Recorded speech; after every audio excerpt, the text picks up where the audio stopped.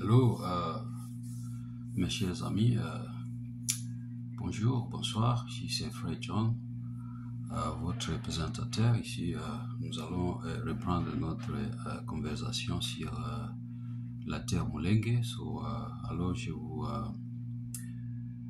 invite une fois de plus à cette discussion sur la terre Mulenge, notre chaîne YouTube. Et aujourd'hui, nous allons reprendre notre chapitre 2 sur la Constitution, notre chapitre 1er plutôt, sur la Constitution, section 3, sur le peuple.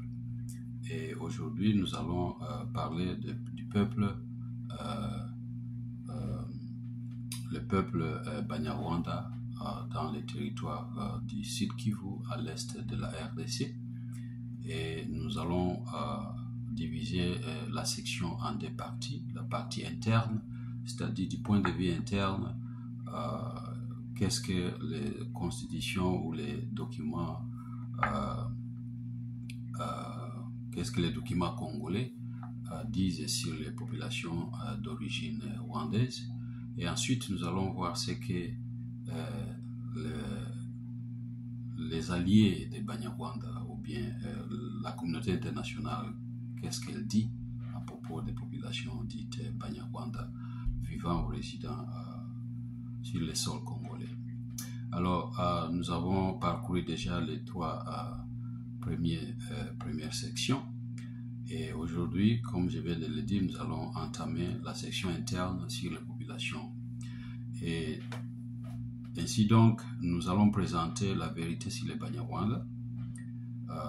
Certains Congolais, d'autres non Congolais, puisque un pays qui est entouré par 9 autres pays ne peut pas manquer des immigrants à l'intérieur de ces territoires, de ces frontières.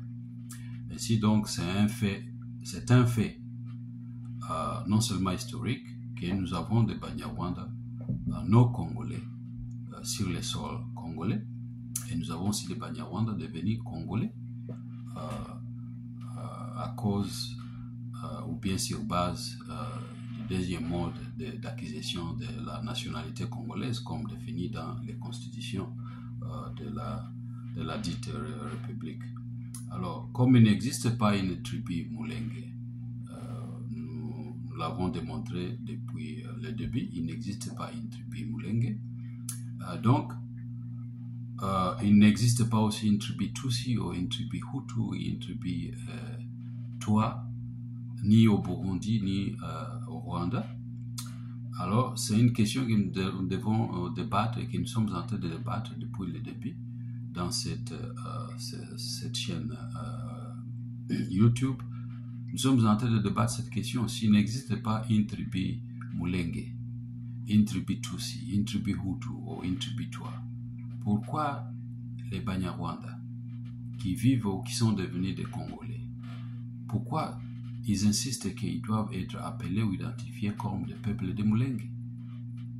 C'est ça la question qui intrigue tout le monde, mais pas nécessairement les populations d'origine, les Bavira, les Bafulero, les Babembe, les Bashi et les Barega, mais surtout ça intrigue la communauté internationale, mais pas nous. Mais c'est pourquoi nous avons cette obligation d'éduquer la communauté internationale, même si ils font la sourde oreille, et aussi une partie des Congolais qui font la sourde oreille, de nous entendre, de nous écouter, de nous comprendre que nous, les populations d'origine autochtone à l'est du Congo, nous ne sommes pas contre les Banyarwanda. Comme tout citoyen, comme tout national, ils ont le droit de devenir des Congolais, mais suivant la Constitution. Ainsi, les constitutions sont là et ils définissent très bien qui sont les Congolais d'origine et qui ne le sont pas. Ainsi, nous allons commencer par les documents légaux. Nous allons regarder ce que les auteurs, les chercheurs et les historiens étrangers ont écrit sur les populations d'origine rwandaise vivant sur les sols congolais, surtout à l'est de la RDC. Et nous allons aussi parcourir encore une fois de plus les documents que les Banyarwanda eux-mêmes ont écrits sur leur propre identité. Mais si aujourd'hui ils continuent à falsifier l'histoire pour dire qu'ils sont une population d'origine congolaise, ce qui n'est pas le cas. Donc ils poursuivent un intérêt ou un plan que nous appelons un plan hégémonique qui bien sûr a un lien avec le découpage territorial ou l'annexion d'une partie du territoire du Congo à leur espace historique qu'ils aimeraient établir dans le futur, ou l'espace Tutsi, qui va reprendre l'espace du nord au sud de l'Ouganda jusqu'à la frontière avec la Tanzanie. Ça, ce n'est pas notre problème. Notre problème, c'est de savoir si est-ce que ce qu'ils disent est une vérité ou non. Et c'est ce que nous sommes en train de faire ici. Ainsi donc, nous allons parler des documents légaux au Congo. Qu'est-ce que ce document nous dit sur les populations d'origine rwandaise? Ainsi, nous allons commencer par la constitution du 1er août 1964. Bien sûr, il y a eu la constitution de 1960, mais nous allons commencer par la constitution du 1er août 1964 qui stipule à l'article 6, je cite, « Il existe une seule nationalité congolaise ». Ça, c'est paragraphe 1. Paragraphe 2, il est dit qu'il est attribué à la date du...